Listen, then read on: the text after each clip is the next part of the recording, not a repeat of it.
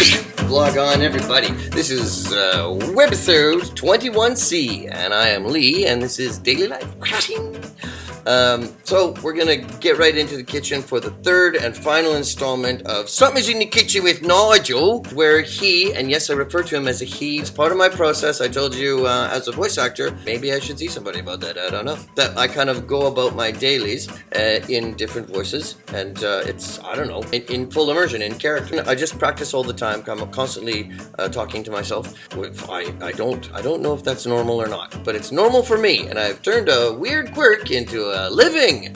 Maybe I should see somebody about that, I don't know. Let's get right to it. So we're gonna call this one Nigel Makes an Omelette. Alright. And then we're gonna jump back and we'll go through the analytics for one of the last times that we're gonna do that. So almost done with our 30-day webisode challenge, and we've been getting great responses. I've got what I think is one of the nicest comments from one of our regular viewers. I'll read that out at the end. Lee Tockar vlogging up. Oh, I can see something in my hand. It's in my hand. That's weird. Can you see that? See that?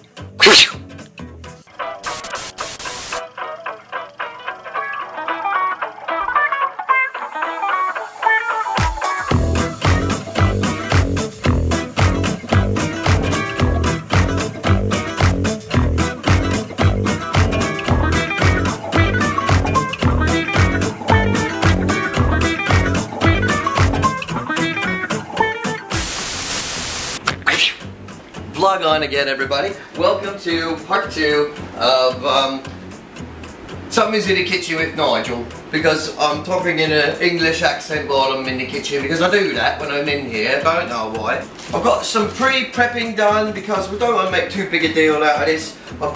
Now remember, don't do anything with the pan that you've used to saute the mushrooms and deglaze the steak with, right? Got all the egg whites in here that are already pre-done. So let's put the ham in here first. Very nice. I love the sound of the sizzle, right, in there. Now you know what else I got? I got some of these.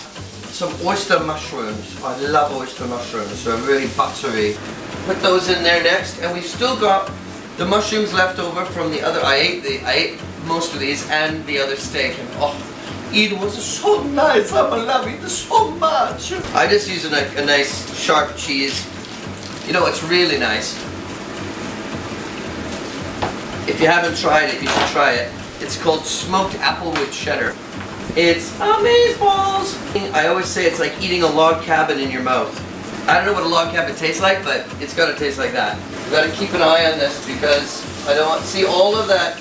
It's still deglazing from the steak, so all of that stuff is coming up and it's mixing in with the ham, mixing in with the oyster mushrooms. It's really good. I have no idea if anybody finds this at all interesting or not, but someone asked me to do it, so I'm going to do it. Now, here's something else I like to put in there. These, isn't it? Landfill. There's Greek on it, but all that means is salt, pepper, and oregano. It's really easy, isn't it? So, Greek style is salt, pepper, oregano, butter, lemon, and probably a beer. This is going to be a bit different now. I'm going to take this over here. So I'm going to move you over here. There we go. Oh yeah, that's nice, isn't it? This is how we're going to do this, okay? I'm going to take some of the mushrooms what we had from last night, mix those in, and these have been all coated in with the steak juice and all the deglazing, like straight out the pan once the steak was all done. So I mixed that all up really nice. Mix it all up there. I have no idea, and again, I hope I'm not offending anyone by doing the accent, but when I'm cooking, this is what I like to do. And as a voice actor, I've got to keep in practice. So I tell my students, everybody, you know, if it's something you want to do, you've got to keep practicing at it. 10,000 hour rule and all that. I don't know if I'm really that great at it.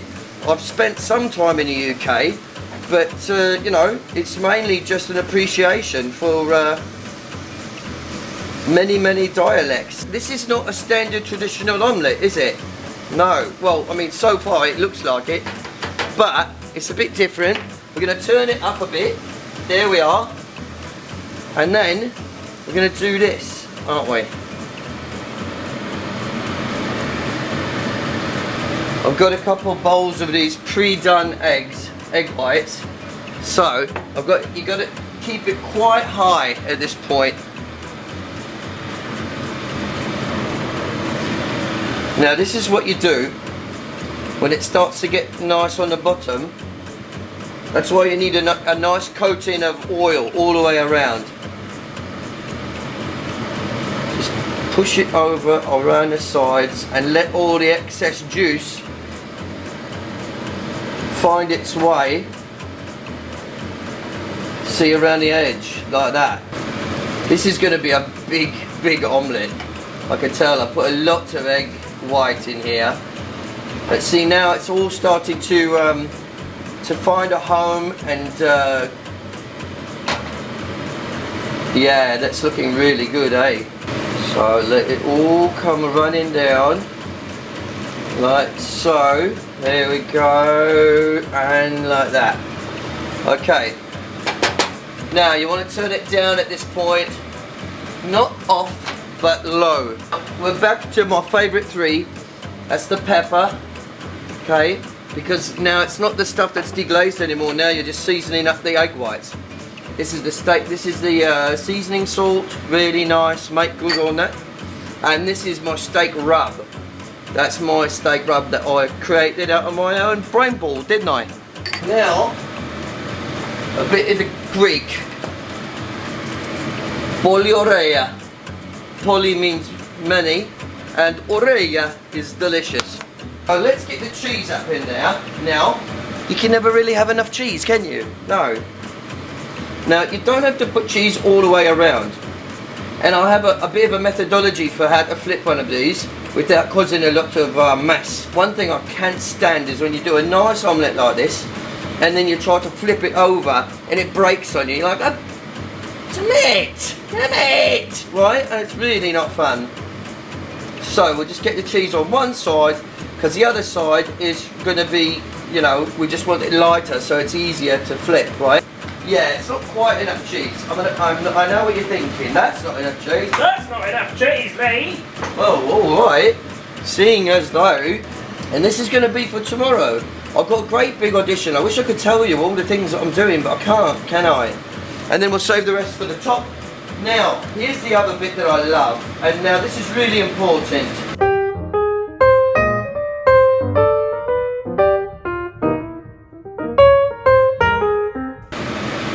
This is the fresh basil.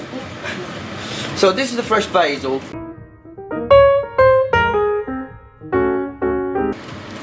And I like to really keep it like spread about. I love fresh basil. Do not skimp on the freshness on the fresh basil. We can actually turn this off now. It's really hard to grow. Oh, look at that one, eh? That's brilliant, eh? That's almost a garnish for the top, actually. But, you know, whatever. I dated an Italian girl, Christy, and her great-grandma, apparently, was the chef for Mussolini. And they said that they do, if the real Italians don't use oregano or oregano, always basil. They call it munja cake. Ah, see, it's a munja cake. This why am I cutting it? Why are you cutting it like that, Lee? Well, I'll tell you why. Because I'm making portions anyway, and it's just a lot easier to flip. You see what I've done? Because when you do the whole thing, it's just, you know, it's really difficult, and there's nothing that makes me more mad. Oh, look, see, it's already starting. It wants to come apart, but I won't let it, will I? No, I won't. Oh, that's really good.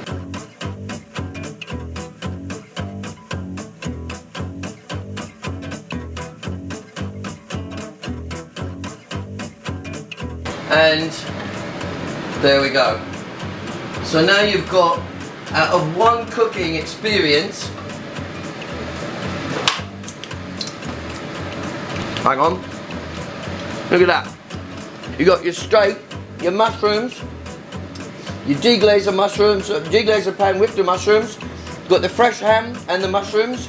You can put onions in, and you can also do something what I forgot to do, which is chop up some nice fine little tomatoes, but you could use these as a garnish on top. And out of one cooking experience, you've got all that. So what I like to do is get a bit of plastic cling wrap, put it in the fridge, and Bob's your uncle, you're good for the week, aren't you? Vlogging back on, everybody. Well, thus concludes our 3-part series in Something's in the Kitchen with Nigel. And thanks for staying tuned in. Well, you're welcome, Lee. I had Lee removed surgically years ago. Oh, I don't know who you're talking about. I'm not Lee. Let's get to some quick analytics here. We're not going to do the big long ones anymore, like I said, because we're almost done with all that, because we almost don't care anymore. The ball is rolling and now it's going. So we're rapidly approaching 7,000 channel views. Bing! We're rapidly approaching 170 subscribers. I don't know if it's good or not, but it's interesting. The great thing is, so I've met like 6 or 7 new people through this experience. So that's the kind of analytics that I like. And actually I had a really great comment from one of our regular viewers, from Chrissy Howe. Hi again, Chrissy. And Chrissy says, check this out, you guys. Never on TV have I ever watched a cooking show that was as entertaining as you, Lee. I watch every day. 'Tis a bright spot in my boring life. LOL. Keep 'em coming. Well, we don't know if maybe she just like has really low standards, but I'm going to take that as a compliment anyway. Thank you, Chrissy Howe.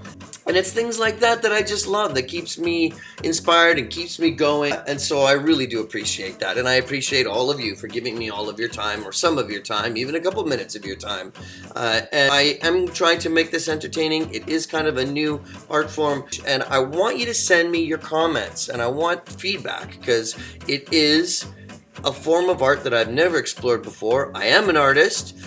I don't care what you say, because you are what you are. I am what I say I am. One of my favorite lines, I am what I say I am. The thing about making art is I can make it, and I love making it, and I'm getting a big experience out of this. But it's it's no fun for me if I'm not making something that, and even that seems weird, doesn't it? Do I want to make what I want to make, or do you make art because you want it to be seen, or are you making art for an audience, or are you making art from integrity? And can you marry the two? Interesting. Well, we'll find out at the end of the 30-day challenge, and as we're going along, I'm just rolling along. And thanks for rolling along with me. So this is Lee Tockar vlogging off for now. Oh, you thought it was going to be this one. I snuck up on you.